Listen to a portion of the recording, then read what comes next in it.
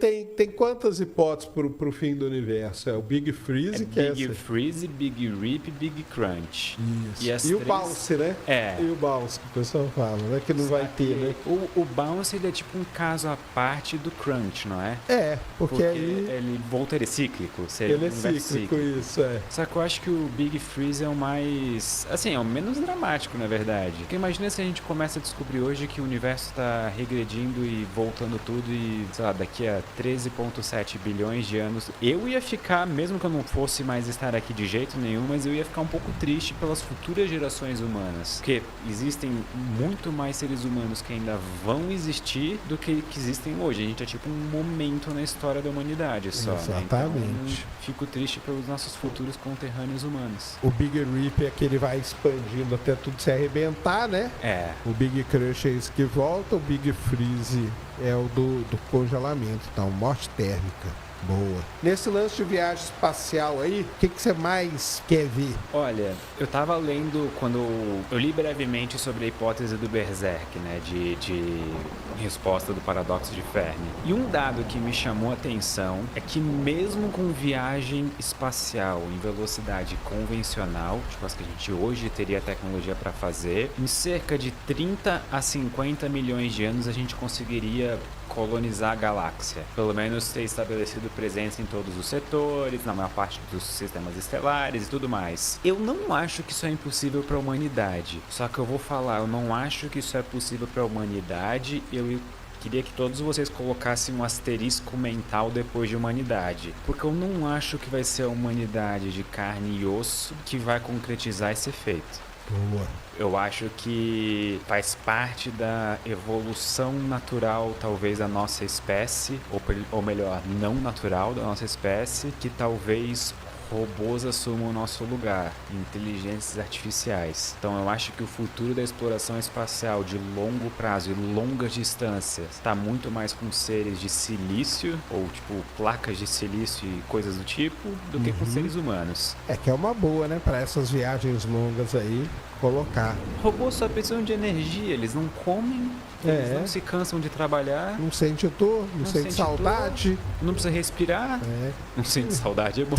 A gente não sabe, hein? Porque no filme Wall-E... Tá... É verdade, é isso mesmo. Mas dessas aí de ir pra Lua e pra Marte, o que você espera ver aí? Você espera aí o homem chegar em Marte, ser humano? Eu espero que ele chegue em Marte enquanto eu tô vivo ainda. Eu acho que vai chegar, né? Eu acho que o projeto Artemis vai dar um pontapé muito interessante, porque no espaço, historicamente, a gente teve um efeito muito interessante, que era sempre que um país fazia alguma coisa, os outros países olhavam um pro outro e falavam, acho que a gente vai ter que fazer igual, com grandes conquistas, né, tipo corrida espacial e tudo mais. Hoje em dia eu acho que o espaço se tornou mais acessível, tanto é que a gente tem participação muito forte na iniciativa privada na conquista espacial. Assim que eu acho que a missão Artemis começar a estabelecer as primeiras portas de entrada para a Lua, para nossa permanência na Lua, assim como a gente teve a permanência na ISS, eu acho que isso vai catapultar a gente para muito provavelmente começar a explorar mais humanamente o sistema solar. Porque se a gente conseguir fazer uma base de permanência na Lua, a gente conseguir, sei lá, extrair combustível na Lua. Vai, ali a água, né? A Lua é literalmente a nossa porta de entrada para o cosmos. A velocidade de escape da superfície dela é muito menor, é muito menos energia necessária. Se a gente conseguir produzir combustível na Lua, a gente tá feito, sabe? É literalmente a nossa porta pro céu, a Lua. É isso mesmo. Muito bom. E aí, cara, nós falamos aqui de um monte de coisa desse negócio aí que você falou, que é um tema que você falou que é recorrente, né? E que é um negócio legal pra caramba e que pega várias coisas, né? Que é o lance aí. Vamos começar falando do paradoxo, né? Primeiro, é um paradoxo e é de Fermi? Então, pela história original, não é de autoria do Fermi, né? Mas eu acho que ele foi a pessoa que ficou abismada, né? Eu consigo imaginar a cena, porque diz a história, pelo menos, que eles estavam almoçando um dia, um monte de físicos, e algum deles soltou na mesa, tipo, cara, onde é que estão todas as civilizações inteligentes? Deveria ter, olha só, tipo, os planetas do sistema solar, quase todos poderiam abrigar vida, não sei o que, tudo mais. E aí diz que o Fermi ficou, tipo, a conversa continuou para outros assuntos, o Fermi ficou, tipo... pô, e aí? É verdade. Onde que tá todo mundo? Está todo mundo, é isso mesmo. Ele ficou, assim, perplexo com essa pergunta. Então não é de Fermi o paradoxo, na verdade, mas eu acho que ele se apropriou de uma maneira benéfica. Eu já ouvi a história que é assim, que não é dele, mas como ele era o cara mais famoso ali, fala que é dele, porque aí vai ganhar mais popularidade. Pode ser. Entendeu? Pode ser. E eles estavam almoçando e não é em qualquer lugar, né? Era lá em Los Alamos. Sim. Porque ele Durante o projeto Manhattan. Durante o projeto Manhattan, porque pra quem não sabe, você já viu o filme, tem vários easter eggs, né? Melhor dizendo, no filme do Oppenheimer, que aparecem vários físicos ali, só que a galera não se liga. Não. Né? Mas o Fermi aparece. É tanto físico famoso, né, cara? Quase todos os físicos que a gente ouve falar diariamente, sei lá, na graduação, em livros de ciência ou história, estavam lá. Estavam lá naquele momento, cara. Isso é um negócio impressionante daquele projeto, pra mim é isso, cara. Reuniu aquela geração ali que eu acho, cara, que não vai ter nunca mais uma reunião daquela. Eu acho que não vai. Não tem. De um nível tão alto. Vários ganhadores de Nobel junto, né, cara? Convivendo no mesmo espaço por vários meses. Imagina se alguma coisa dá errado e a bomba explode e todos eles, sabe, morrem. Já pensou? Tipo, a mecânica quântica só ia ser terminada, sei lá, em 2250, sabe? Com certeza. Eu acho que isso é um problema. Então, não é dele, né? E isso aí o pessoal já tem meio que consenso mesmo. E é um paradoxo? O que você acha? Eu acho que... Porque tem gente que discute isso, então, né? O nome paradoxo, ele é uma questão semântica, né? Porque eu acho que não é um paradoxo no sentido filosófico de paradoxo. Ele é uma constatação de uma diferença entre o que a gente observa e o que a gente deveria observar. Então, a gente vive em um universo que deveria estar cheio de vida, mas onde que estão todas as formas de vida, onde está toda essa vida? Então, não é bem um paradoxo, né? Tipo, é uma contradição. A gente deveria ver A, mas a gente não está vendo A. Então, o que pode acontecer, sabe? É meio isso mesmo, né? Qual que é a tua opinião em linhas gerais, assim? De qual das soluções é a tua favorita, assim? Se tu tivesse que escolher uma. Ou tu não tem nenhuma e tu acha que a gente tá sozinho. Porque é uma solução também, né? Sim.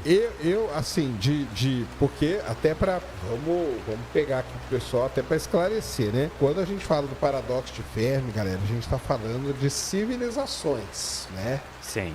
A gente não tá falando de vida, não, tá? Porque vida eu acho que tem aí muito. Agora, civilizações, eu acho que nós estamos sozinhos, cara. Sério? Eu acho que sim.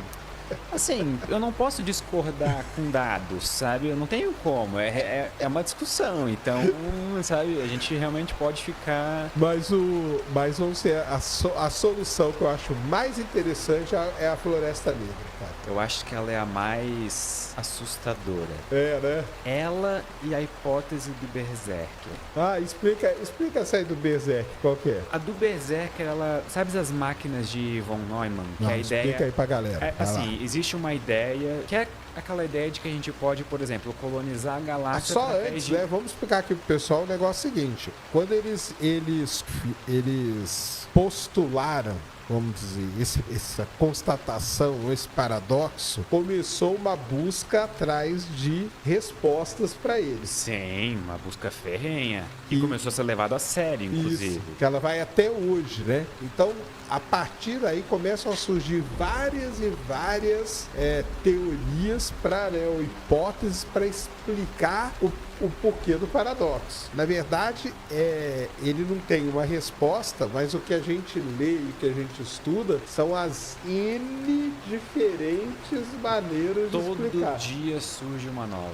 Todo dia surge uma nova. Inclusive, muitas das possíveis respostas e soluções do paradoxo de Fermi nem são de físicos ou astrônomos. Algumas apareceram na cultura popular. Sim. Tipo a hipótese do Berserker. Ela apareceu na cultura popular. Depois, daí ela foi transformada em ciência com artigos e tudo mais. Então explica isso aí pra nós, como que é? Tem essas máquinas de von Neumann, ou também acho que no Brasil algumas pessoas conhecem como máquinas de Fermi. A ideia é que uma civilização suficientemente avançada poderia colonizar uma galáxia através de robôs autorreplicantes. Então, um robô vai para um sistema estelar, ele consome recursos in loco, se multiplica, coloniza aquele sistema solar e envia novos robôs para outros sistemas solares. E esse processo ele é exponencial, ele é demorado no começo e rápido no final. Então a gente conseguiria, uma civilização suficientemente tecnológica, conseguiria, sei lá, colonizar a galáxia em 20 milhões de anos, 30 milhões de anos, o que é muito pouco tempo, mesmo em velocidades baixas, sabe? Só que daí qual que é o problema? A ideia seria de que a gente não vê civilizações inteligentes no universo, porque basta uma civilização, ela é muito parecida com a hipótese da Floresta Negra, porque basta uma civilização com bad intent, com intenções não boas, com uma civilização ruim, digamos, com, sei lá, que gosta de guerra ou coisa do tipo, que quer aniquilar todo mundo, para fazer esses robôs autorreplicantes buscar e destruir toda forma de vida, mesmo que seja em estágio inicial na galáxia. E a parte meio tenebrosa disso é que a gente não tem como verificar até que seja tarde demais. Porque antes de a gente ver qualquer tecnoassinatura ou bioassinatura em qualquer canto da galáxia, teoricamente ela já teria sido eliminada, incluindo a gente. Por que a gente tá sozinho? Por que a gente se vê sozinho? Porque a gente foi os únicos malucos que divulgaram pro resto do universo onde a gente tá.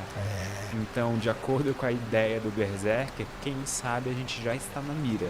Só tá chegando até nós, entendeu? Que é o que a gente chama hoje de projeto MET, né? Que é Message to Extraterrestrial Intelligence, né? E a gente tá loucamente ali mandando, tipo, galera... O que você acha? Que isso deu uma treta gigante no meio científico, de ética científica, né? Porque, por exemplo, nunca perguntaram para mim se eu queria que mandasse a minha posição da humanidade, nem para você, nem para ninguém, né? E os caras resolveram mandar, né? E aí? Eu não sou contra a ideia de tentar se comunicar com alienígenas ou com civilizações extraterrestres. Tipo, a ideia em si eu não sou contra. Agora, eu acho que é um problema muito sério de quem responde pela Terra. Sim.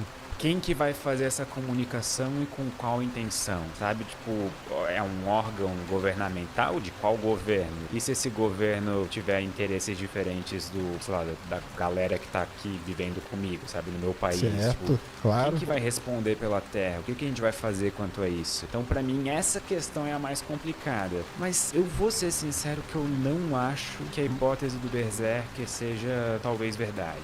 Sabe? Eu acho que se existe vida pelo universo, eu gostaria de acreditar que ela tem intenções pacíficas. Ah, é? De que a gente vive num universo maravilhoso do Star Trek, sabe? Que a gente só tá esperando pra entrar na Federação Galáctica, assim. Mas é porque aí a gente usa a própria exploração humana, né, cara? Sim. Quando veio alguma civilização que era mais poderosa do que a outra, ela sempre foi opressora, né? Sim, ela sempre subjugou a civilização que era menos tecnologicamente avançada. E aí a gente usa isso como se isso fosse uma regra para o universo. E tem um ponto que daí ele meio que acaba com o meu argumento, ele é uma fraqueza do meu argumento de todo mundo ser pacífico. Por exemplo, vamos supor que a gente seja um estágio ainda muito inicial tecnológico. Quando tu vai construir uma casa, por exemplo, tu olha no terreno, tu se importa com as formigas? Não, né? Vai lá e amassa tudo. Mete a casa em cima, sabe? Da mesma maneira, e se a galera quiser, sei lá, destruir a Terra pra construir uma rodovia espacial, sabe? Um negócio assim, tipo... Exato, aí é passar por cima, né? Pode ser que a gente esteja tão inicialmente na árvore tecnológica que isso seja simplesmente... Eles não vejam a gente como vida inteligente que merece ser cuidado ou coisa do tipo. Caso exista outra civilização, algo assim, né? Mas essa do Berserk, você falou que ela nasceu na cultura pop, porque nasceu no quê? Nos filmes? Nasceu num filme que, se eu não me engano, eu não lembro exatamente o nome da trilogia. Se eu não me engano, é Berserker. Ah, é? Só que não é aquele anime famoso. Tem um anime famoso chamado Berserker, se não é esse. É tipo um livro de ficção científica que foi continuado por 40 anos, uma coisa assim. Caramba. E aí depois isso acabou entrando na ciência propriamente dita, com cálculos e tudo mais. Principalmente quando surgiu a ideia das máquinas de von Neumann, os robôs autorreplicantes. E a possibilidade de colonizar, sei lá, o universo ou a galáxia, pelo menos, usando robôs. Entendi. Legal demais isso aí. E a da Floresta Negra? A da Floresta Negra, Essa eu acho a mais interessante. essa eu acho a mais, assim, é a que me dá medo genuíno. É? É a que me dá, tipo, me tira o sono de noite, assim, que eu fico, tipo, ok, se essa parte for verdade, essa solução for a correta, a gente tá muito ferrado. Ou não também, porque a gente não tem como descobrir qual que é a intenção de uma outra civilização. Pode ser que todo mundo Tá esteja... todo mundo com medo. Exatamente, Tá sabe? todo mundo com medo. É um jogo como é o dilema do prisioneiro, assim, né? Tá todo mundo ali. Exatamente. Mas a ideia basicamente é que a gente nunca recebeu sinais ou mensagens de outras civilizações inteligentes, ou elas nunca deram a cara pela galáxia, porque justamente todas têm medo das intenções de uma das outras. Então, toda a vida pela galáxia é um constante jogo de vou me esconder porque eu não tenho certeza de quais são as suas intenções. Exato. E quem se revelar primeiro corre o risco de ser alvo de uma civilização berserker. Então, Então elas se misturam, as duas soluções. elas se misturam nesse ponto. Uma acaba saquei. virando a parte, digamos, as civilizações malignas da hipótese da Floresta Negra são geralmente as do Berserker. São Saquei. geralmente as civilizações que querem, tipo, procurar e destruir toda a vida na galáxia. O que faz sentido em um ponto. Os recursos são escassos. Só que eles são tão grandes, tipo assim, a gente tá falando de proporções tão imensas de recursos, tipo, o tamanho de uma galáxia, que a gente nunca chegou a conceber isso. E a gente provavelmente vai demorar, se um dia vai chegar nesse ponto da árvore tecnológica, de conceber tudo isso. Mas e se para uma civilização suficientemente avançada, realmente chegou a hora de pensar, que nem a gente pensa hoje, os estoques de urânio na Terra vão acabar em 40 anos, e se chegou no ponto que uma civilização pode começar a pensar, os estoques de urânio na Via Láctea vão acabar em 10 milhões de anos. Então acho melhor a gente começar a destruir tudo que use isso, sabe? Saquei. É uma possibilidade, né? E ela tem, o pessoal entender, ela tem esse nome da Floresta Negra, que é a mesma coisa quando a gente entra numa floresta, né? Você não quer, sabe, você não sabe que bicho que tá ali escondido, né? Eu odeio a sensação, por exemplo, de estar, sei lá, vai acampar e acender uma fogueira no meio do nada, sabe? No meio do escuro. Porque assim. aí você já deu sua localização. Já deu, tipo, acende duas fogueiras, entendeu? E fica numa outra, sabe? Porque daí pelo menos Vai tem enganar, 50% de chance de não ir na tua, sabe? Exatamente. Vai nas duas, tá todo mundo ferrado. E aí, nessa ideia da Floresta Negra, entra. Então legal, né? Porque ela tem a ligação com o Berserker, mas ela tem a ligação com o sinal UOL, né? Tem, porque a gente recebeu esse sinal uma vez só. E nunca mais se. Por que nunca mais se repetiu? E se foi uma civilização que chacoalhou um galinho da árvore ali, né? E agora a gente botou a cabeça pra fora dos galhos, assim. E a gente tá, tipo, é o próximo, sabe? A gente agora tá só esperando. Mas aí o lance da gente... Então, aí o lance da gente mandar a nossa localização, que começou com o Carl Sagan, né? Sim. Que mandou lá no disco, filho da mãe, Carl Sagan, você. Só que o dele ainda foi benéfico, tipo, para pensar, porque não era emissão de rádio. Era emissão eletromagnética. O cara tinha que pegar o disco, né? Tipo, alguém vai ter que achar a Voyager. Ela ter que emite achar o sinais, disco. mas eles são fracos e são direcionados à Terra. Então, é uma dificuldade logística aí. Então, acho que ainda a gente pode fechar o olho assim e fingir que nunca aconteceu. Mas e aquela iniciativa da 2000 e alguma coisa, que a gente mandou uma mensagem para um aglomerado globular? Sim. Tu lembra qual? Mensagem de cima, você diz? Não. Mais Mensagem nova desse- agora. Mais nova. Sabe quais foram as mensagens? Uma coletânea de tweets, porque era uma mensagem promocional. Mas de- aí então tá tranquilo, cara. Os caras falam, pô, esse bando de ignorante. Não vamos lá.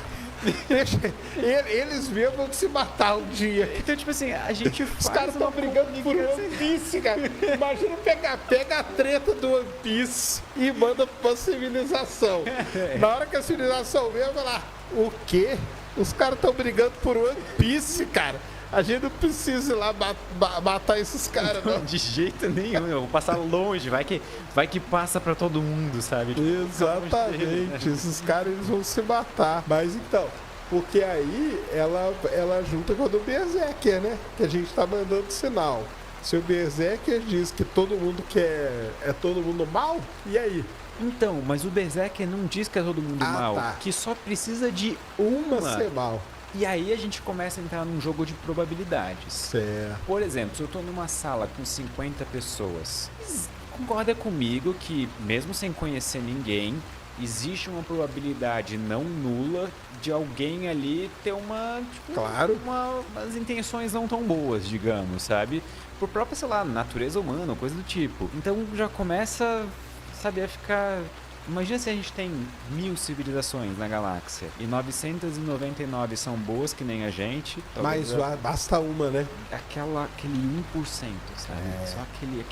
É 1% vagabundo.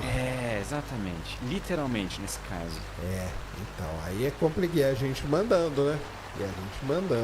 Eu sou contra esse negócio de mandar, cara. Ou fizesse uma enquete mundial, né? E aí? A gente manda nosso lugar ou só fica ouvindo? Porque também ficar só ouvindo também é meio chato, né? É meio estranho, né? Tipo, é meio... Porque já parou pra pensar que se a gente tá ouvindo ativamente alguma coisa, a gente só não se deu conta ainda? Tipo, sei lá, um sinal periódico de frequência extremamente baixa ou alguma coisa do tipo que a gente ainda não se ligou que tem um padrão aqui, sabe? Então, se os picos da onda se juntam a cada, sei lá, 30 anos, sabe? Uma coisa bizarra, assim. Ou se a gente estiver apontando pro lado errado também, né? Tá ouvindo pra lá e tá vindo aqui de trás, alguma coisa assim, né? Essa pra mim vai ser a maior dúvida que a gente pra sempre vai ficar. Como a gente nunca ouviu de volta o sinal WOW, o próprio design do Big Ear, daquele telescópio, era aquele design que é tipo 2 faixas simultâneas sendo visualizadas no céu, né? Porque Isso. daí que vem o nome, é o Big Ear, que é como se fossem duas orelhas, né? orelhas. E pra mim a maior dúvida sempre vai ser essa, de será que o sinal foi um erro, um ruído estatístico, tipo alguma coisa que deu errado, sei lá, alguma origem não sintética para aquele sinal, ou até mesmo terráquea a origem, ou será que isso foi alguma coisa que realmente veio de fora e durou só aquele tempo, a gente não tem como confirmar de onde que veio? Porque o próprio local da galáxia de onde veio, dependendo de qual das duas faixas de orelha tiver sido a origem verdadeira do sinal, a gente tem locais completamente diferentes, setores completamente diferentes da galáxia. E aí? O que a gente faz? Mas aí você acha que o WoW então foi o cara colocou ali, balançou o galho, viu que a gente registrou assim, e aí se escondeu.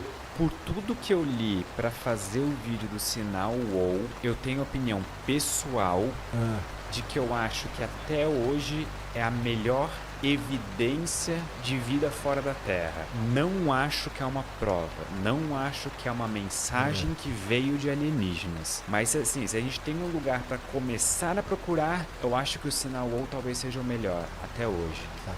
Mas e se o cara balançou ali o galho e foi pro outro lado também?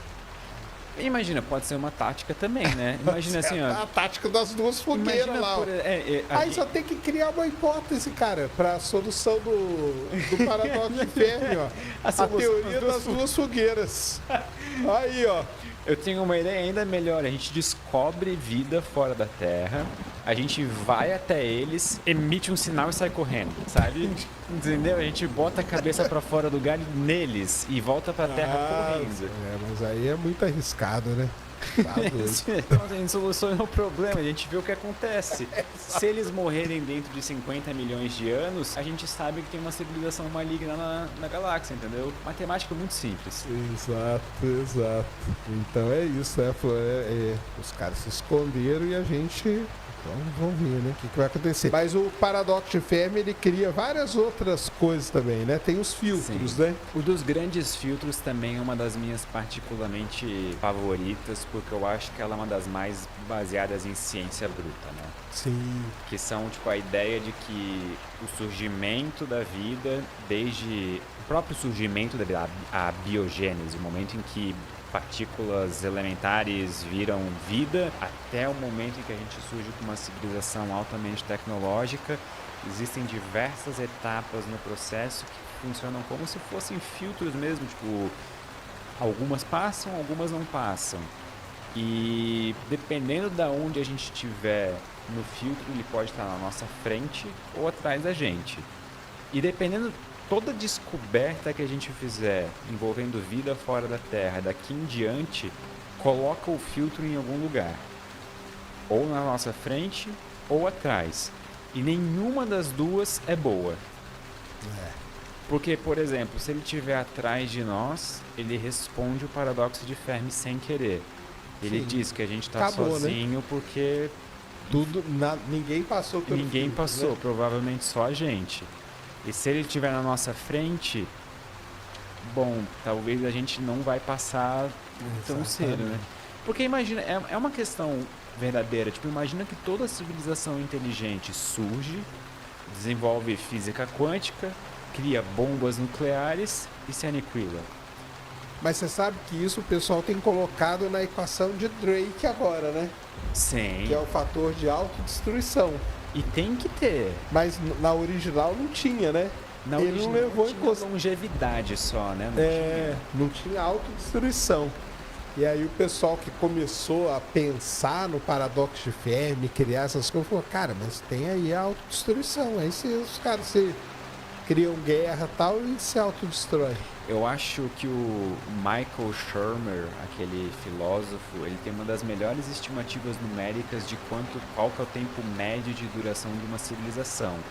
Ele pegou várias civilizações da Terra ao longo da história, porque a gente não tem nenhum motivo para achar que a gente é particularmente diferente de uma civilização romana. A gente tem tecnologia diferente, tudo mais, a expectativa de vida pode ter mudado, mas... Ser humano é a mesma coisa. Exato. E a organização de civilização continua praticamente a mesma, sabe? As estruturas por trás. E, se eu não me engano, a estimativa dele de duração era a média na Terra. Assim, o valor pode estar quebrado na minha cabeça, até se alguém quiser verificar depois aí nos comentários, eu mandar um superchat. Mas era de cerca de 324 anos. Era uma coisa assim. Provavelmente o valor não está certo na minha cabeça entendi. agora, pode estar errado. Mas era uma coisa muito pequena. Se for parar para pensar na civilização moderna, a gente tá... Vamos botar o começo, sei lá, depois da Revolução Industrial. Final de 1700, começo de 1800. A gente tem mais uns 100 anos. Tu acha que a gente vai continuar sem explodir mais nenhuma bomba nuclear dentro de 100 anos? Tá aí o risco aí tá... O cara tá viajando com a maleta já. Eu ouvi uma vez o podcast Hardcore History, do Dan Carlin. Sim, muito bom. São muito bons, mas são muito longos assim também, né? Tem que ouvir com calma. E no podcast especial, que é uma edição Blitz, que é aquele podcast de 5 horinhas só.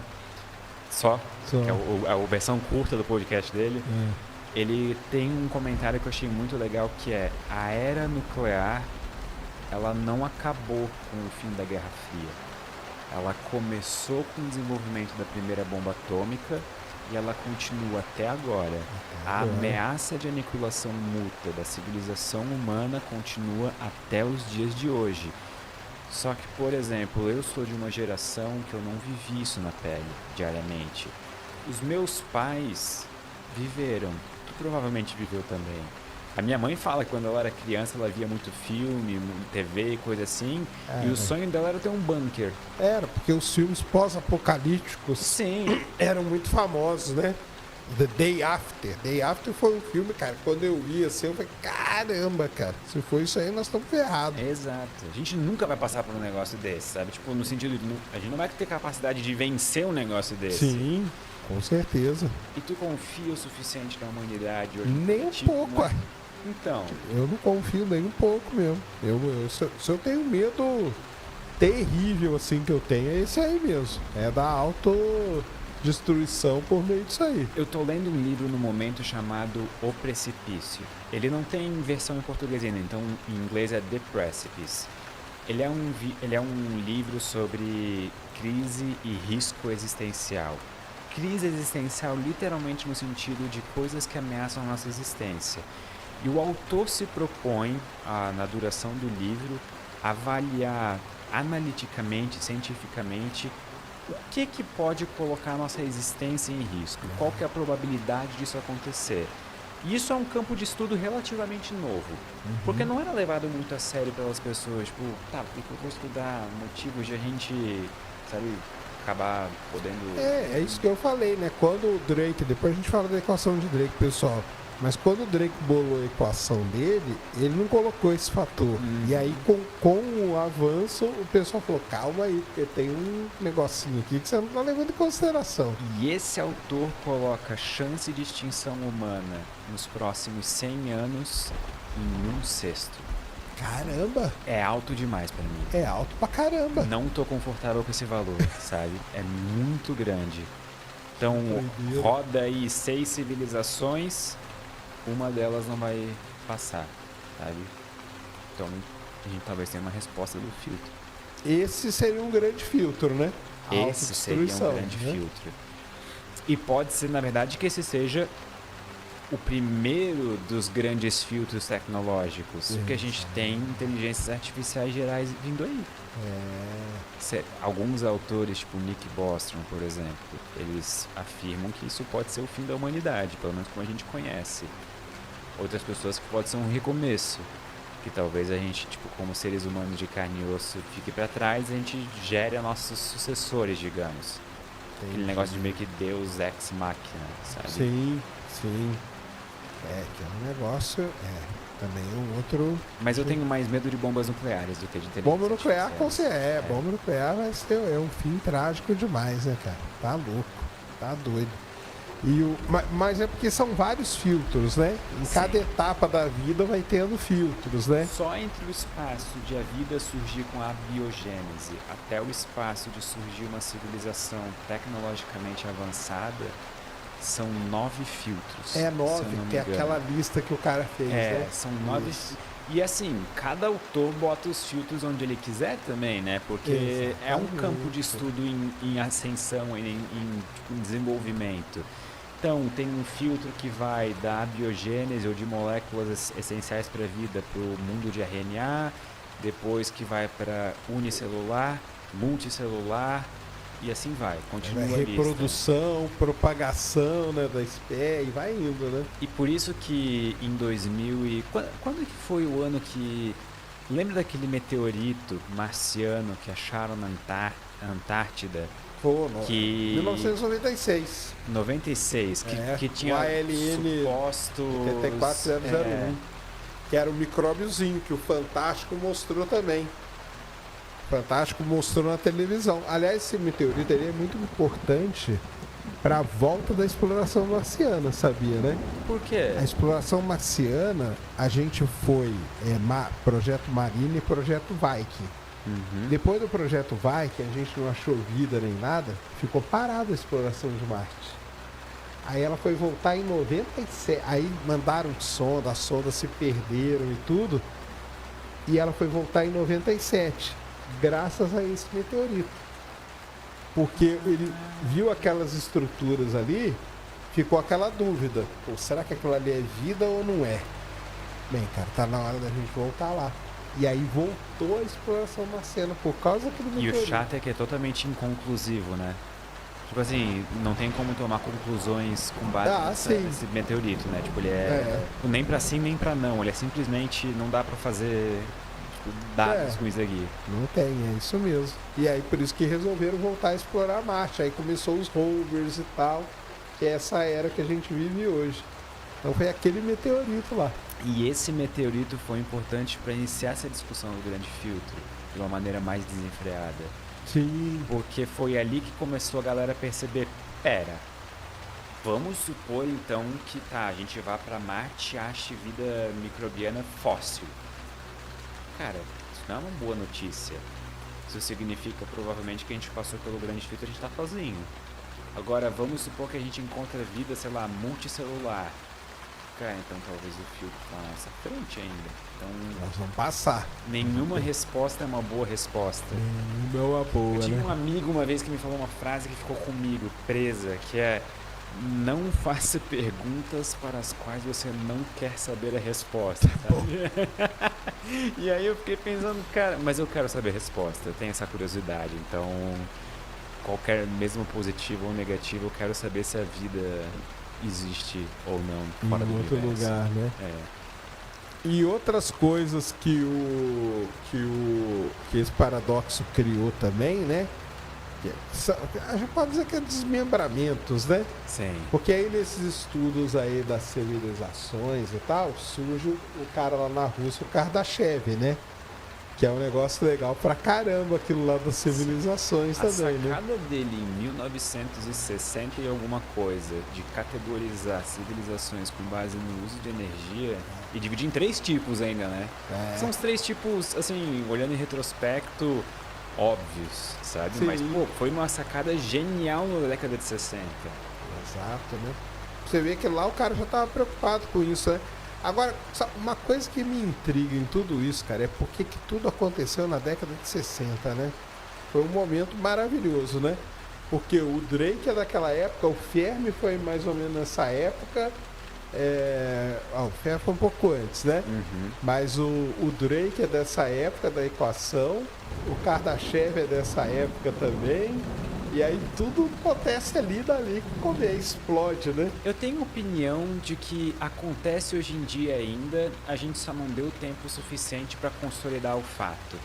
Eu tava Tá. pensando nisso nesses dias, inclusive, porque, por exemplo, eu acho que Nick Bostrom, ele tem vários artigos relevantes, tipo da hipótese da simulação, essa parte do grande filtro. Eu acho que ele vai ser um cara que daqui a 20 anos a gente vai olhar para trás como esses autores da década de 60. Entendi. Sabe, ele, A alguns gente não outros deu físicos. valor pro cara, né? É porque no momento a gente não tem como ver uma real expressão da relevância científica ou filosófica de alguma coisa. Demora alguns anos pra gente olhar e falar, cara, peraí, tem alguma coisa aqui, sabe? Acho que a gente vai estudar isso por muito tempo ainda.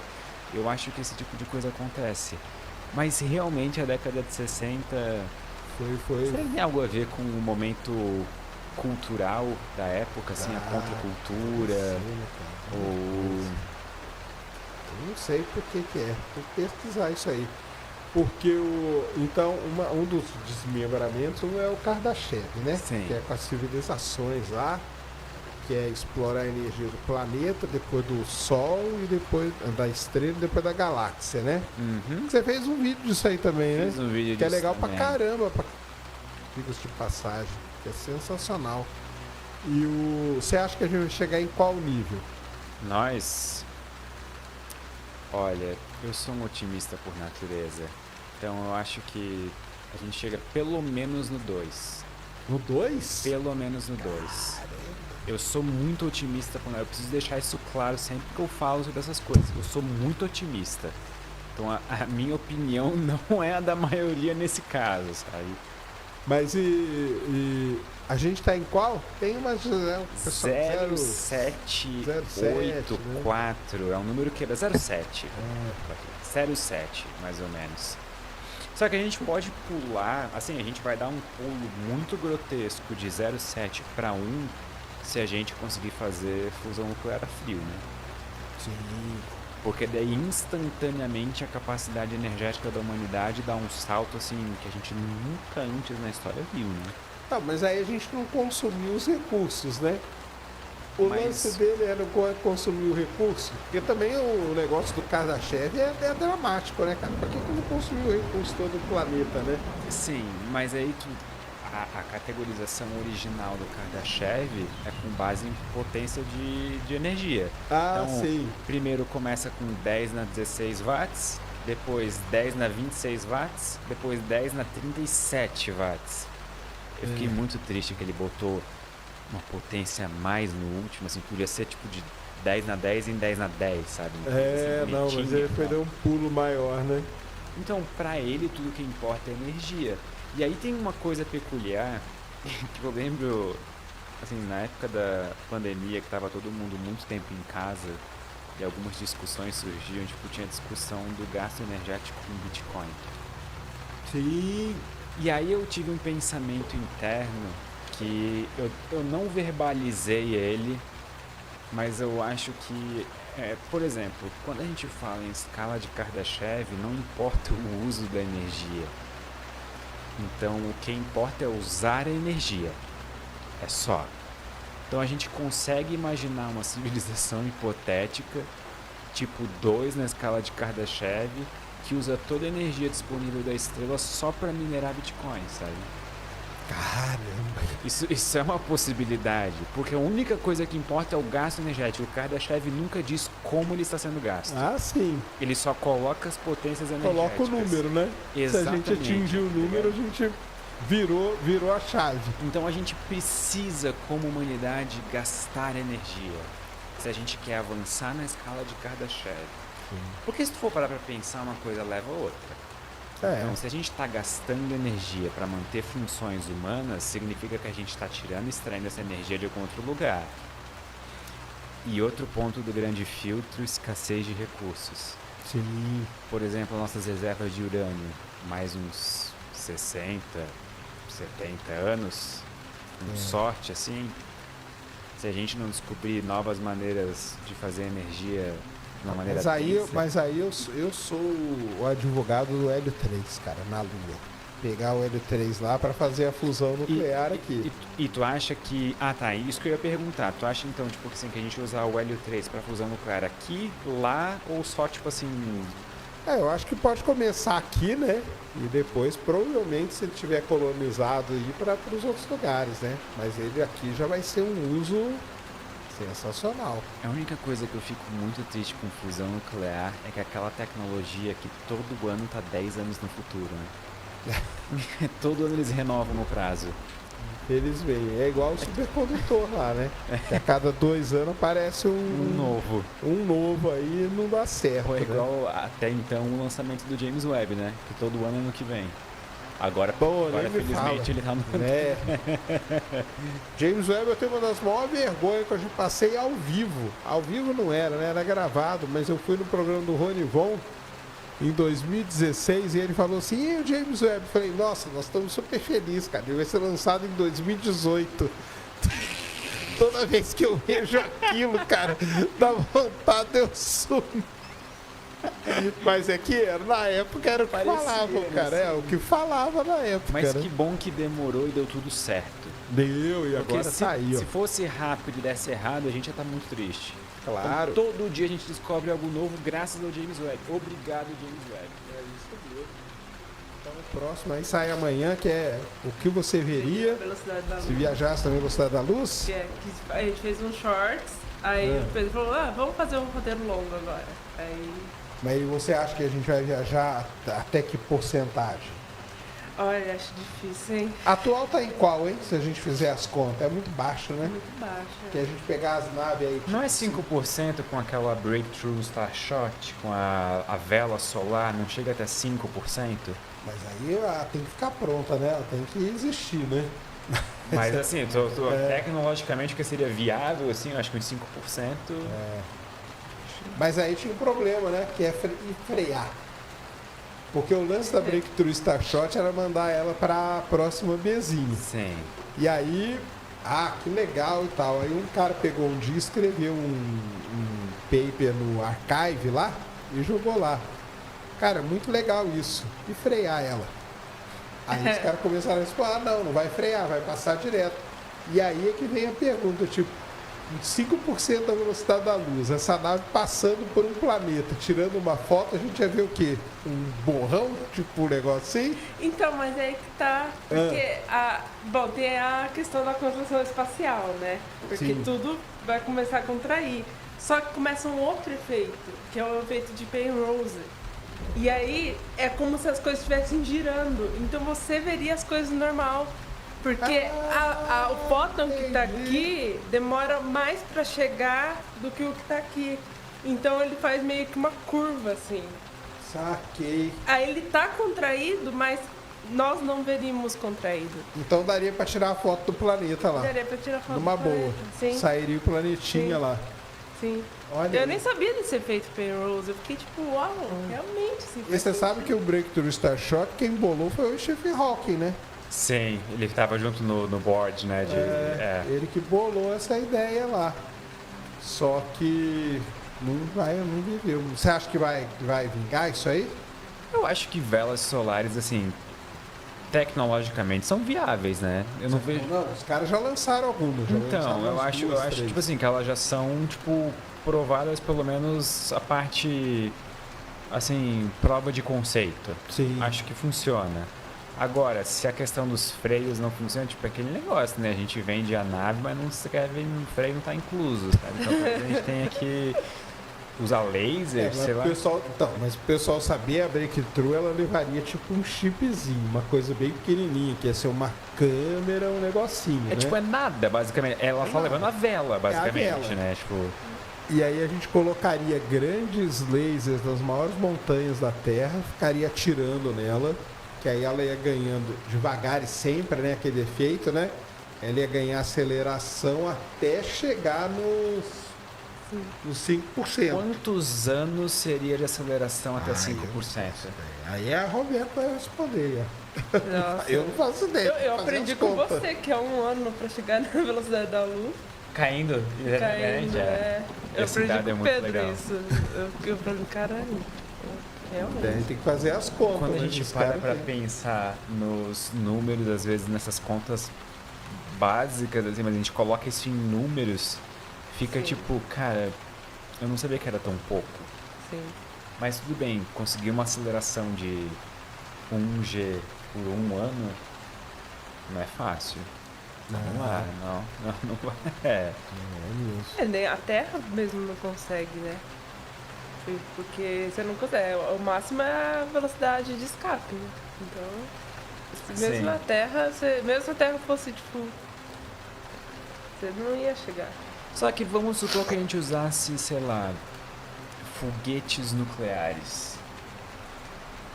Essa é uma ideia. A DARPA tá trabalhando nisso já junto com a NASA. Só que a ideia deles é o seguinte, porque corre o risco do foguete explodir. Então você lança o foguete daqui com propulsão normal. E eles estão falando do seguinte, quando ele estiver uma distância depois da Lua, mais de 400 mil quilômetros, aí você vai e liga o reator. Pô, não precisa ser tão longe assim Porque aí também, se né? Pode ser explodir, tipo tá- na órbita baixa da Terra, vai. Órbita baixa, acho que dá problema, hein? Se explodir. Mas daí vai ser um problema aleatório, entendeu? Vai ser ninguém tem Mas culpa aí de- é aquele lá, basta um explodir. esse é o problema. Mas eles estão trabalhando nessa ideia aí, mas Esse não sair da era Terra. um medo da mídia na época do lançamento das Voyager, não era? Que elas tinham um reator de plutônio dentro. Ela e a aí- pilha, né, cara? É. A pilha nuclear, ela sempre foi um problemaço. Porque primeiro, quando você vai lançar uma nave que ela vai usar a tal da pilha, que é o RTG que a gente chama, né? Que é o gerador térmico de radioisótopo, né? Que ele gera calor pelo decaimento radioativo. Você tem que fazer a pilha lá em Los Alamos. Ela é feita lá. Aí ela é transportada para o, vamos dizer, pro Kennedy Space Center. Ela é uma pilha nuclear. Ela é colocada num foguete. Um foguete literalmente é uma bomba. Então, na verdade, o que você tem ali na plataforma durante dias é uma bomba nuclear. Entendeu? Uhum.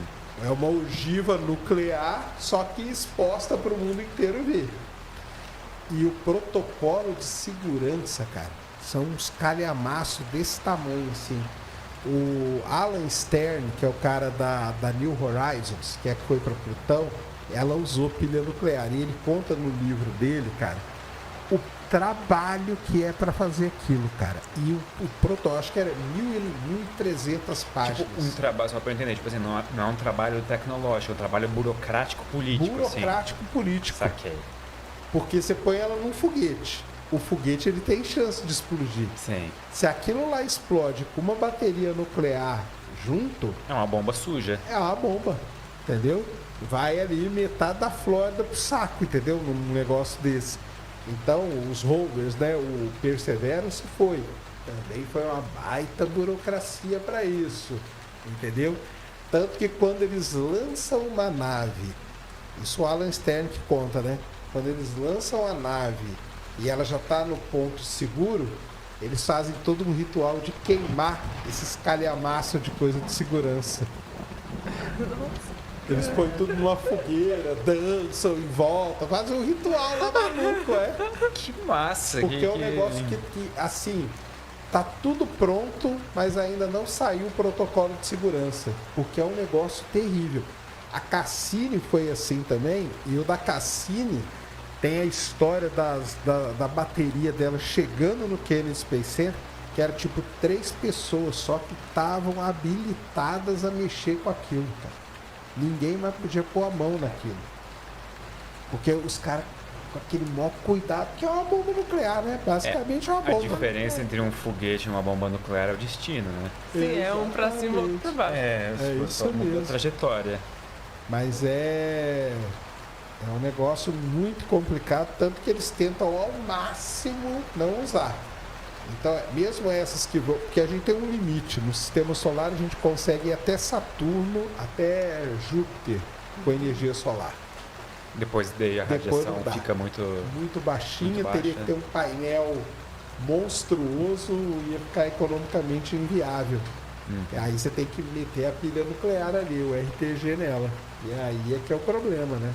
É que até para escapar é 40 km por segundo, né? Uma coisa assim, para escapar do No sistema solar, sim. É mais fácil sair do sistema solar do que chegar no chegar no Sol. Sol. Esse é outro dado que quando eu ouvi pela primeira vez eu achei que era mentira. Daí eu fui verificar os cálculos e vi que era verdade. Aí eu fiquei tipo, é verdade. Isso tá certo. Eu aprendi isso quando eu escreveu sobre a esfera de Dyson. Como construir uma esfera de Dyson. Então, e falando nisso das séries de Dyson, que a gente estava falando justamente dos desmembramentos do paradoxo de Fermi, né? A gente até começou a pincelar a equação de Drake, eu acho. A gente chegou a... Um deles é o lance das civilizações usar a estrela. Sim. E para usar a estrela é a esfera de Dyson, né? Esfera de Dyson. Que é um outro cara da década de 60 também aí, ó. Dyson. Não, e é muito curioso isso da esfera de Dyson, porque eu não sabia que você, para conseguir fazer, você tinha que minerar mercúrio, por exemplo. Não, tu tá sendo muito generosa, né? Porque não é tipo, destruir mercúrio no processo, assim, né? Destruir mercúrio. Minerar sem... Mais de 50%. Mas, A ideia que eles têm, né? Que era usar mercúrio como um posto, né? Primeiro vai, faz umas, aí vai lá, constrói em mercúrio, aí vira lá uma base de lançamento. Assim, e recebe energia, a energia é só para construir as placas. Vai virar uma estação, né? mas eu não tenho opiniões tão fortes acerca de mercúrio que fossem me impedir de cogitar essa ideia, sabe? Então... de destruir mercúrio. Gente, vamos ser sinceros. Pelo bem da humanidade. Então, se a gente chega num ponto em que a gente tem essa capacidade, tá? Que a gente tem essa capacidade, a gente pode construir uma mega estrutura ao redor do Sol para fazer a gente subir na escala de Kardashev e, sei lá, começar a colonizar outros sistemas estelares. É Mercúrio que vai impedir a gente? Não vai. Não Mercúrio que é o vai. primeiro que vai te arrasta pra cima. É só o primeiro, né? É o primeiro que vai. Ô Lua, fica olhando, né? Mas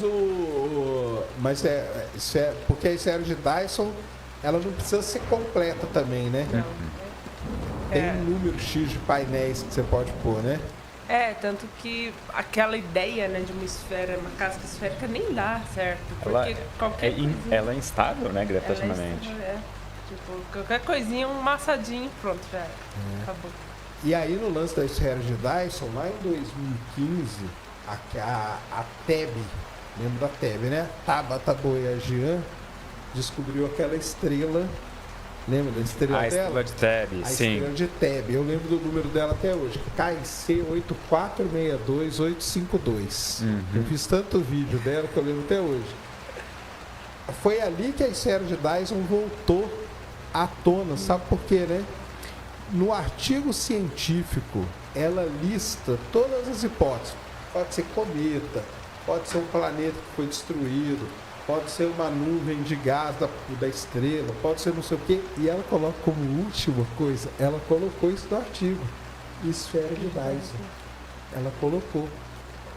Porque aí a gente via uma grande queda de... Para quem não sabe, a estrela ela tem um comportamento que a queda de brilho dela é muito grande comparada à queda de brilho quando passa um exoplaneta. E outra, né? Não é periódico.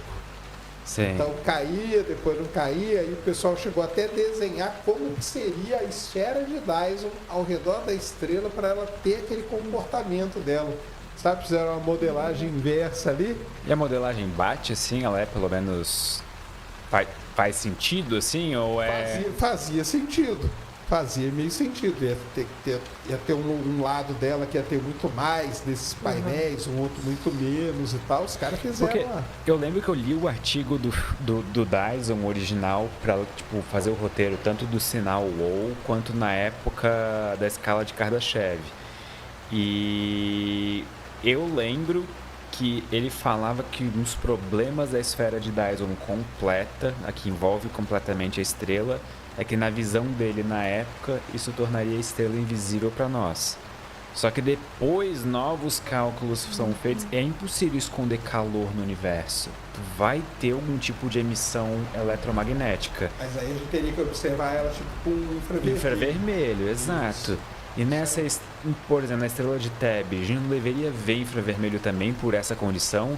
Isso aí, então, mas eles fizeram, cara, eles viram ela de todos os jeitos. Mas é que depois no final, já vou contar aqui o spoiler final para você, meio que descobriram o que é. Que é uma grande nuvem de poeira e tal, e ela passa ali de tempos em tempos. Só como ela é uma nuvem, então ela não tampa totalmente, por isso que tem aqueles picos todo esquisito dela. Mas seria essa a ideia aí. A ideia deles é, observa agora no infravermelho, observa em outros comprimentos de onda para a gente ver o que a gente pega, né? Até com o Beetlejuice, né? Em 2021, quando rolou Quando aquilo ela lá. começou a diminuir. Mas aí o Aí medo era foi que ela gasto. explodir, né? Mas tinha um pessoal que falava, não, acho que talvez seja uma esfera de Dyson ali Já também. pensou em ser de Dyson em Betelgeuse? Essa ia ser grande, hein? Porque a Betelgeuse é uma super gigante vermelha. Ia ser uma baita E eu ia ficar meio triste porque quem gastou recursos também fazendo isso, assim, né? Tipo, porque fazer ao redor de Beetlejuice ela já vai te arrasta pra baixo também, né? E eu ia ficar com um pouco de pena de quem construiu a estrutura. Com certeza. Porque a chance dela explodir é grande, né? Mas eu acho que eu preferiria a supernova do que uma esfera de Dyson, assim. Da Beetlejuice. Eu acho que eu também. Eu vou concordar. Sim. Ia ser bonito aqui Ia no ser céu. bonito, ia ficar, tipo, caramba. dera Não, pra vir. vai ser bonito. Vai, né? Não percam as esperanças. Só que como toda boa previsão do tempo, astronômica é ainda melhor, né? Porque ela pode entrar em supernova daqui a 1 milhão de anos. Então, Igual diz um amigo meu, nunca é amanhã, cara. Isso é que é uma sacanagem.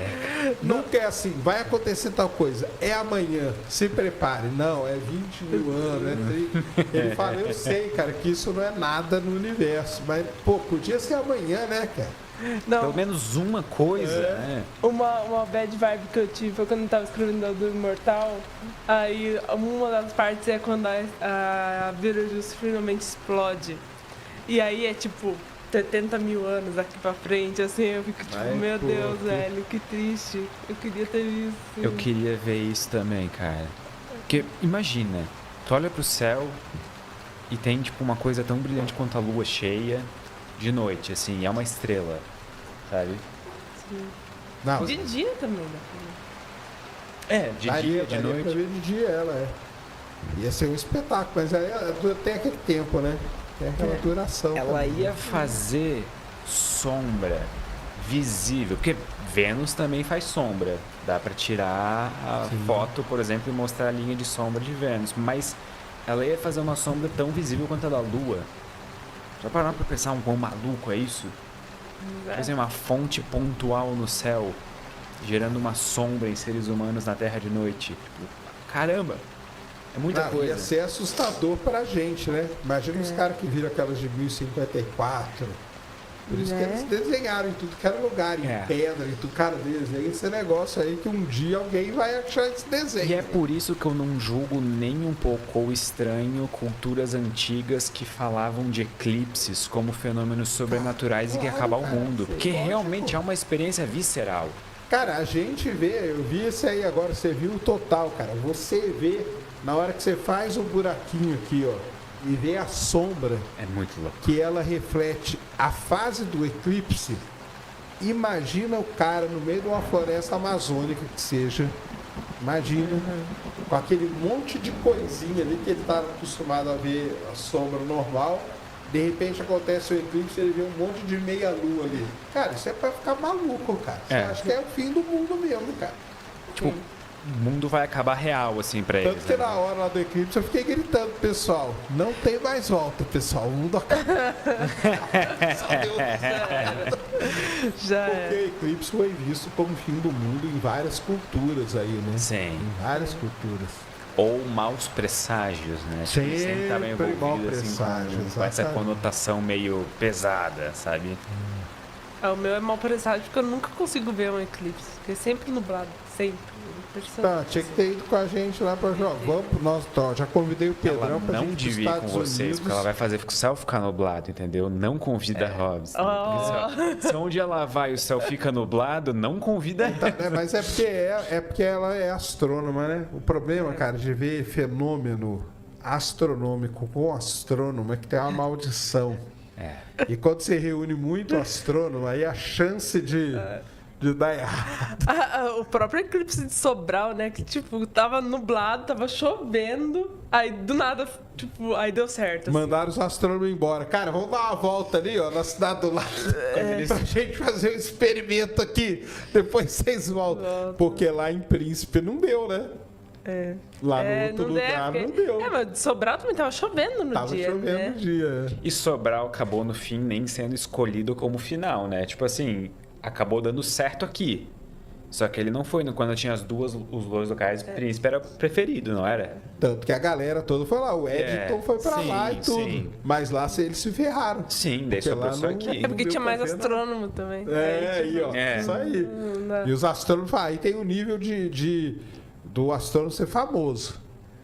A Roberta vai, a Roberta é uma astrônoma famosa, ela vai, ih, cara, aí é mesmo. Aí você já é bom, você já Vamos fiz o que eu combinar quero falar. assim, Você ó. Eu sou também. astrônomo, tanto eu tô Ano livre. que vem, a gente combina que tu vai pra costa leste e a gente vai pra costa oeste dos Estados Unidos. Pra 8 de abril, ó. garantir que não vai ter. 8 de abril nos Já Estados tô perto do meu Unidos. aniversário. Aí, ó. Não, mas sabia que tem uma coisa curiosa? Inclusive, pode ser shorts isso. Que é essa semana, entre dia 8 até dia 15 de abril, ela é preferência para fazer observações, porque é a data do ano que tá mais.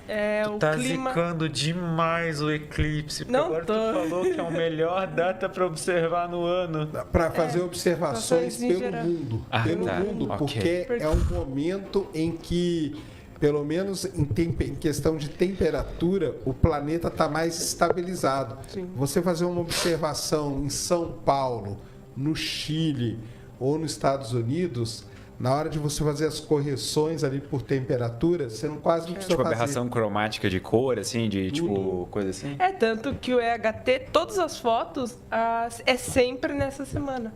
Pode ver. Foi fotografado É dia 10 de abril. 10, dia 11, dia 12. Sempre é isso. Isso Aí- faz muito sentido. Aí se você ver todos lá, todas as fotos são nessa semana. E aí as campanhas massa. que eles fazem é nessa. Inclusive a primeira foi isso, né? Foi. Porque dia 14 acabaram, tipo, a última observação foi dia 14, só que assim, maio tá chegando, junho tá chegando o inverno. Aí não conseguiram sair do Polo Sul. Por isso atrasou, tipo, um ano. Os HD ficaram presos lá. Literalmente, né? Tipo, Ficaram presos É. HD. Que não conseguiam sair do Polo Sul. Teve que esperar dar uma amenizada para o avião decolar de lá. foi o download mais rápido da história, não foi a viagem de avião, foi a transferência de dados mais rápido da história, né? Isso. Literalmente eles levando os arquivos físicos, os Levaram na HDs mão. externos, Sim. Tá bom, cara. foi a transferência E lá no de dados MIT. mais rápida da história. Então, 8 de abril nós estamos bem, ó. Aí de abril. Então tá tranquilo. Bora para os Gente. Estados Unidos. Meu eclipse. Vocês não podem pensar assim, porque vai começar a dar errado, entendeu? Não, vai dar certo, vai dar certo. Não, quando... Eu tô com medo, quero ver que vai vocês dois pra Costa Leste, né? Aí acaba que eu vou ver o nublado, entendeu? Você é físico também, então toma cuidado. Eu não sou, não. Então... Você tá mais perto de ser astrônomo. Mais perto de ser astrônomo que... É verdade. Eu não, eu tô livre disso aí, eu não tenho a maldição, não recai sobre minha Mas pessoa. Vamos fazer uma viagem todo mundo junto, então. Ué, bora? Tá aí marcado. já abriu, cara, tô falando, eu vou Já pra contem lá, comigo, vamos fazer já. uma... Tô... Aí, é perto do meu aniversário, dá tempo pra comemorar o aniversário. Nossa, perfeito. Dia 12 anos. Vai que tem um show da Taylor. Isso que eu ia por ali, falar, ó. do jeito que ela é sortuda, E é aí? capaz de ainda ter um show da Taylor. Já pega aí a agenda da Taylor 2024, ó, Sim. e vamos ver onde que ela vai estar nessa época aí, ó. Porque vai que, né? Aí já comemora o aniversário, já faz tudo. Olha aí. E aí, a gente ia falar então porque o Dyson, cara, se eu não me engano, ele bolou esse negócio, foi num negócio de ficção científica também, não foi? Foi. Aí outro ponto que nasce da cultura pop, né? Da cultura é... Muitas coisas que depois são incorporadas e viram conceitos científicos sérios e estabelecidos nascem de cultura popular. É. Até porque, assim, a gente tem um caráter meio...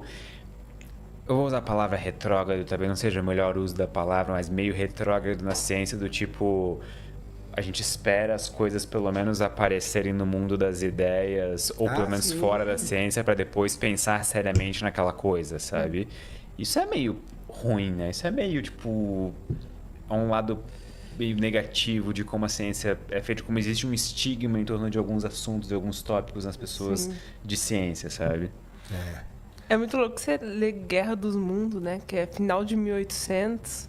E aí essa ideia, né, de tipo, marcianos estão invadindo a Terra. E aí você vê a ótica que eles tinham em 1800 tralalá, sabe?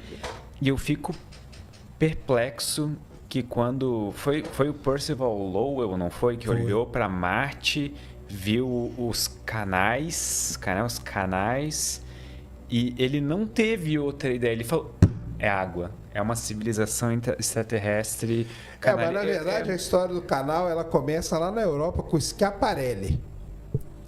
Sabe como que é a história? É a Qual seguinte, ano mais ou menos? Ele é um pouco antes, é no final dos anos 1800. Ah, tá, é próximo, assim. É bem Ele observou lá e ele escreveu a palavra canale em italiano. O negócio é o seguinte, o canale em italiano quer dizer canal natural. Tipo um rio cava um canal na rocha. Isso é a palavra. Só que quando a palavra viajou da Europa para os Estados Unidos, chegou lá como channel. De channel como que eu vou dizer assim, não natural, né? Sim. Channel construído por alguém. Tipo, córrego. Isso.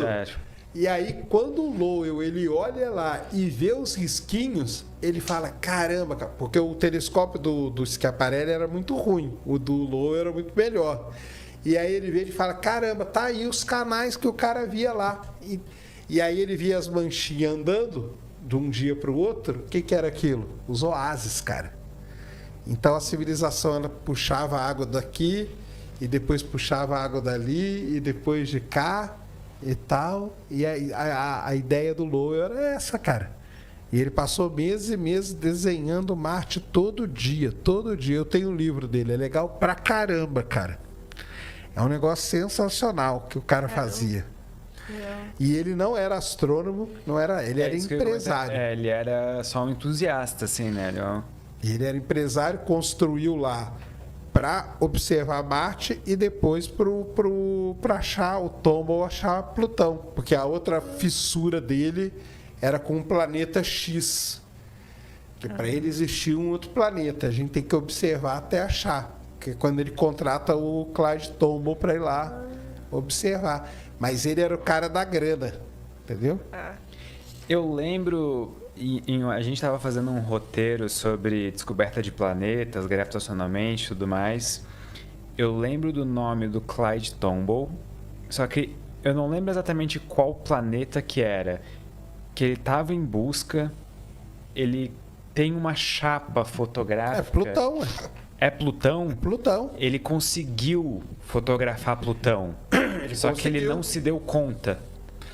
Na verdade, Então- ele fotografou num determinado período, mas eles só foram descobrir meses depois. Então, em retrospecto, analisaram a chapa fotográfica e viram, tipo, Plutão está na foto. Ele só não soube no momento. Tipo, ele demorou alguns anos para perceber que aquilo tava ali o tempo todo. É isso aí. Que história Plutão. maluca. Já pensou a sensação disso? Tipo, E você sabe por que Plutão tem esse nome?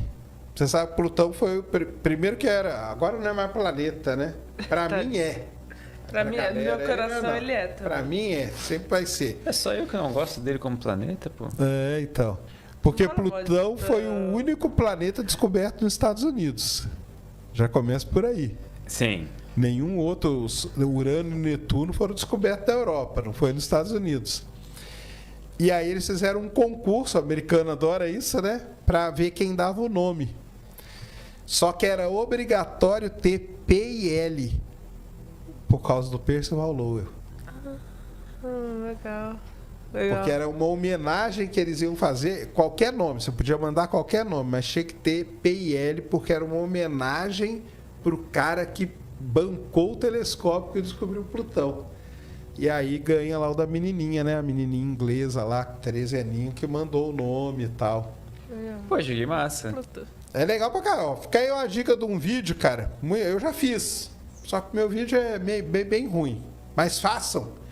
Conta a história do nome de Plutão. Plutão. Cara, é uma das histórias mais legais que tem, cara. Tô falando, Tem um uma livro história famoso muito do legal. Neil deGrasse Tyson, né? Que é o Pluto Files, não é? Que ele faz Pluto uma investigação totalmente aprofundada sobre Plutão, o nome do planeta e tudo mais. Então, cara, da hora. É legal pra caramba. A história do nome de Plutão, porque tem tudo isso. Aí tem a lista dos nomes, porque aí começou a chegar milhares e milhares de cartas lá no observatório. E os caras começaram a ler e pegar tal nome e tal. E tem uma lista dos nomes, que agora eu não vou lembrar, mas dos nomes que foram mais citados e tal. Então, se não fosse Plutão, já tinha lá. E no final das contas tem a ver também com a mitologia, né? Tinha que ter a ver de algum jeito.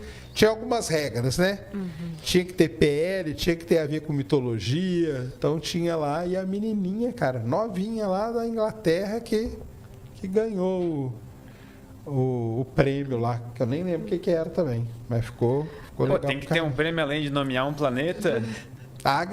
Ganha uma carta, alguma coisa. Acho que ganhou. Vai colocar um troféuzinho. Tipo, pô, dei um nome pra um planeta, sabe? Tipo, esse é meu prêmio já.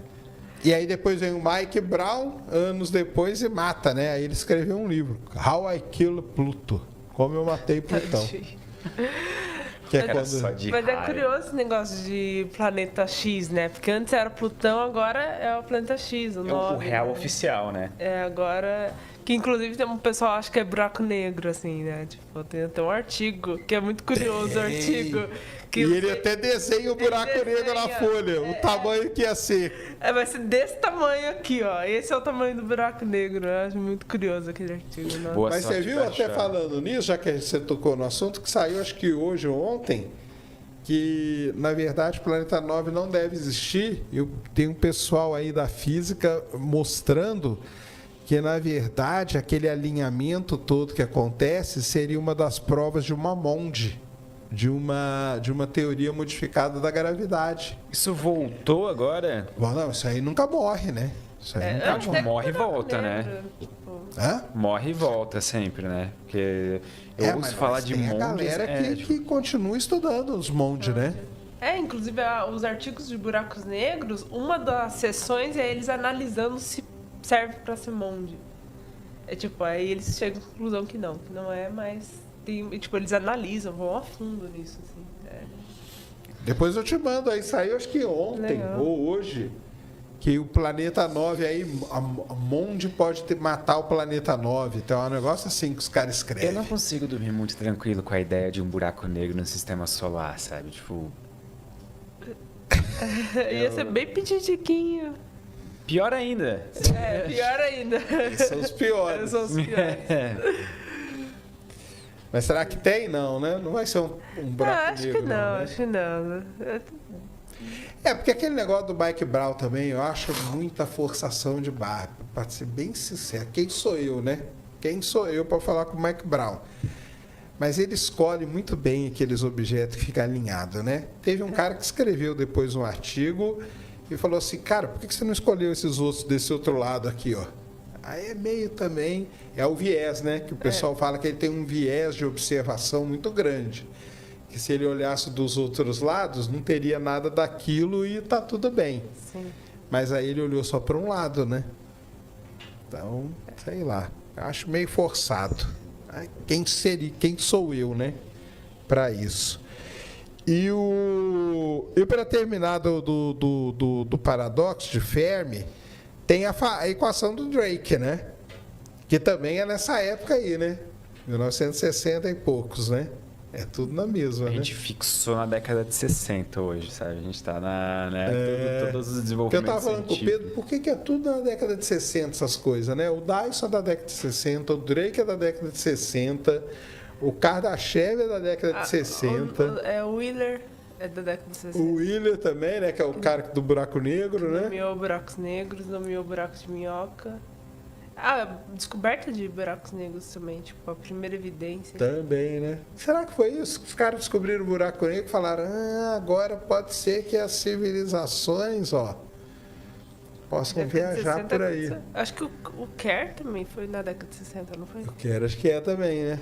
É isso. O único que não é o Fermi, que é um pouquinho antes, mas é tudo ali naquela meiuca ali, cara. O que vocês acham da equação de Drake? Eu gosto do jeito como ela... Porque ela não é uma equação que se propõe a tipo, ter um sentido... Ela não é uma equação no sentido físico, no sentido matemático, né? No sentido, tipo assim, de representar alguma grandeza que ocorre naturalmente. Mas ela serve muito bem para tipo, exemplificar numa linha só, abreviadamente, tudo que a gente precisa mais ou menos para estimar a chance de vida em algum lugar. Porque, no fundo, assim, tipo, ela se propõe a responder quantas civilizações inteligentes, pelo menos não responder, mas pelo menos dar uma ideia, Tem uma base, probabilidade, eu acho, né, que seria. É que o número final, o N é um número mesmo. Seria um número mesmo. Só que ela se propõe a isso de uma maneira, assim, tanto quanto lúdica. E eu gosto particularmente da história dela, de ela ter sido desenvolvida pelo Frank Drake, porque eles iam fazer acho que era a primeira reunião do SETI. Isso. E eles precisavam de uma... Eles usam a palavra agenda em inglês, que fica... Eles precisam de um... Por onde a gente começa? Vamos criar essa organização que busca a vida extraterrestre. Por onde que a gente começa? O cara foi lá e fez a equação. Começa por aqui. Vamos procurar esses termos. Isso é demais, né? Vocês é muito fazer correria, né? Tipo, a reunião é amanhã. Precisa de alguma coisa e o resultado agora, assim. Então, é porque ele fala que ele começou a pensar em tudo que precisava de vida, né? E aí ele monta e aí ele chama um cara de cada área. Inclusive, na época, ele falou, a gente precisa de tecnologia. Eu não lembro qual a empresa agora, que ele chamou um representante de uma empresa nos Estados Unidos muito grande, não era a IBM, não, era uma outra, de computação, porque falou, cara, se a gente vai fazer tudo isso aqui, a gente vai precisar de um computador bom para processar, a gente não tem. Então, o Carl Sagan foi chamado, foram vários caras ali importantes e um cara de uma empresa lá que eu esqueci também, que depois cedeu até o equipamento lá, do primeiro que ele usou no projeto 7, né? Uhum. Para poder ver se ouvia alguma coisa por aí, né? Mas é um negócio legal pra caramba. Agora, o mais interessante é os caras resolver, né? Porque boa parte daqueles números ali é chute, né? Sim. Metade, pelo menos, é chute. Boa parte, né? Mas, tá, chute educado, assim, né? Tipo aquele educated guess, assim, tipo... É um chute, mas pelo menos é um chute, tipo assim, tentando se aproximar de uma, sabe... Vou chutar, mas não vou chutar feio. Vou chutar bonito, sabe? Eu vou chutar, tentar acertar. É isso Sim. mesmo. Tipo a estimativa de planetas em que a vida surge, por exemplo. Ou... Não, mas o legal da equação, cara, é que ela é numa época que faltava aí pelo menos uns 30 anos pra gente descobrir o primeiro exoplaneta, né? Nossa. Sim. Os caras fizeram tudo sem nem ter ideia que, cara, e se a gente não descobre? Porque podia nunca descobrir, né? Ou, sei lá, descobrir daqui 300 anos, né? Mas, assim, será que na época alguém duvidava da existência de exoplanetas? Não, já não dava mais. Então, porque eu acho que, tipo assim, depois que a gente descobriu que, sei lá, as outras estrelas são, tipo, estrelas que nem o Sol, só que estão longe, eu acho que dali pra frente foi só ladeira abaixo, assim, né? Foi só, sim. tipo, o pessoal indo Porque cada na vez mais... história eles conseguem observar pela primeira vez é um disco protoplanetário. É. No caso, Em Vegas, o sistema se não me engano. visto, tipo assim, tipo de É. cima, digamos, ou de baixo. Que é Vega, que é uma estrela brilhante próxima, eles apontam o radiotelescópio para lá e eles veem aquele disco. Eles falam, então deve ter o. Aí, eles devem ter pensado na hora, né? Deve ser só uma questão tecnológica, né? Tipo, um dia nós vamos ter a tecnologia para poder detectar isso. Mas o interessante é isso, é o cara bolar uma equação onde no começo é tudo chute mesmo, né? Mas eu acho até curioso, né? Que na astronomia tem muito disso, né? Tudo chute. Igual, agora mesmo eu tava vendo o tweet da Thaisa falando assim do chute de quantos buracos negros tem na Via Láctea. É um porque chute. saiu um artigo saiu aí, um né? artigo, Saiu um saiu- artigo aí. Sempre sai isso, né? Os caras vão É lá. tudo chute, é tudo. Pô, Mas é esse Eu tô chute aí que o curioso Pedrão agora falou, pra né? quantos que tem, né? Eu acho que é um bilhão, de estelares. Buracos negros? É, estelares. É bem mais do que eu Isso pensava. pra caramba. Mas eu acho que esse chute aí que o Pedrão falou aí, ó. Esse chute aí Bonito, embasado, chute né? bonito, é. Vamos dizer. É um chute que tenta se propor a ser correto, assim, É. né? Mas qual que é o termo favorito da equação pra vocês?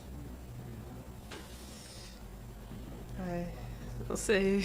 Pra mim, esse novo aí da autodestruição, cara. Favorito em termos dele tá lá, né? Hoje. Para mim é o L, da duração média de uma civilização comunicável. Ah, A janela de tempo em que ela permanece comunicável.